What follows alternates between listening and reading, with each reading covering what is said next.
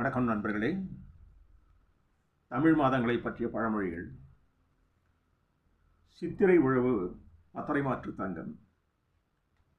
வைகாசி மாதம் வரிசையாக வரும் கல்யாணம்.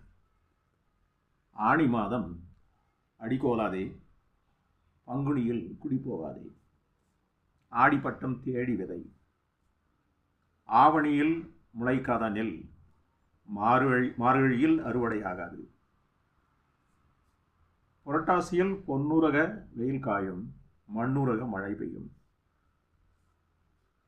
ஐப்பசியில் அடைமழை, கார்த்திகையில் கனமழை.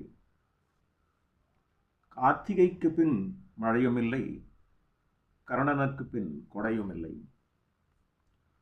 மார்கழியில் மழை பெய்தால் மலை மேலே நெல் விளையும்.